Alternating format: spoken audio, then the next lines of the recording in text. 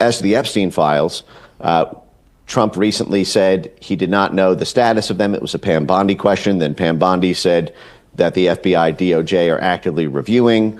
Then we had James Comer from the Oversight Committee said that he feared or suspected that the Justice Department or the FBI was either deleting files or had previously deleted files. My sense is the Epstein files are a long ways off, and I hope that we get them. I hope that we get them soon.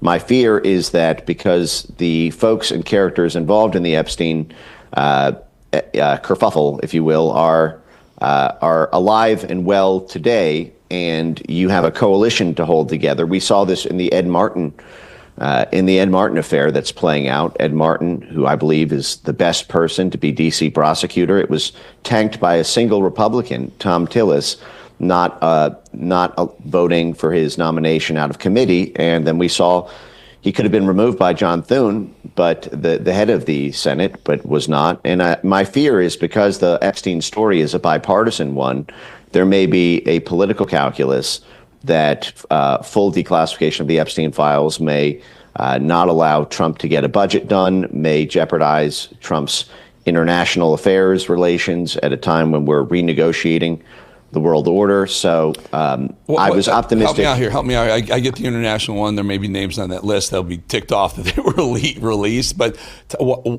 you think there are current House members, senators that are on the list that would kind of exclude them from, and they would have to be on the GOP side, they would exclude them from possibly voting?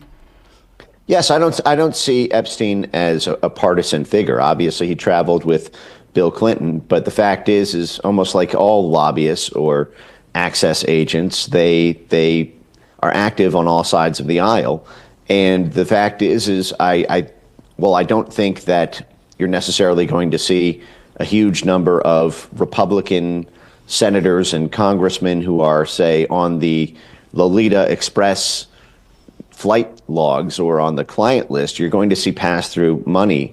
You're going to see intelligence reports that either go to Congress or that go to their large donors or significant constituents. This is a business enterprise that Epstein was involved in. He was funding institutions like MIT, investing in companies and airlines. He was running a giant financial portfolio, and anyone who is touched by that is going to get stained. And you had this lobbying effort through the Epstein network that could potentially humiliate a significant portion of the GOP, especially and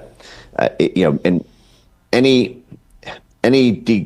that gets a stain on that is going to drive a wedge between Trump and Congress. And the issue is how do you even negotiate that without declassifying it first? And the question is I think there's just a lot of internal political calculus, much more when it comes to the Epstein files than when it comes to JFK. The thought from here is that if we don't get him now, we'll never get him.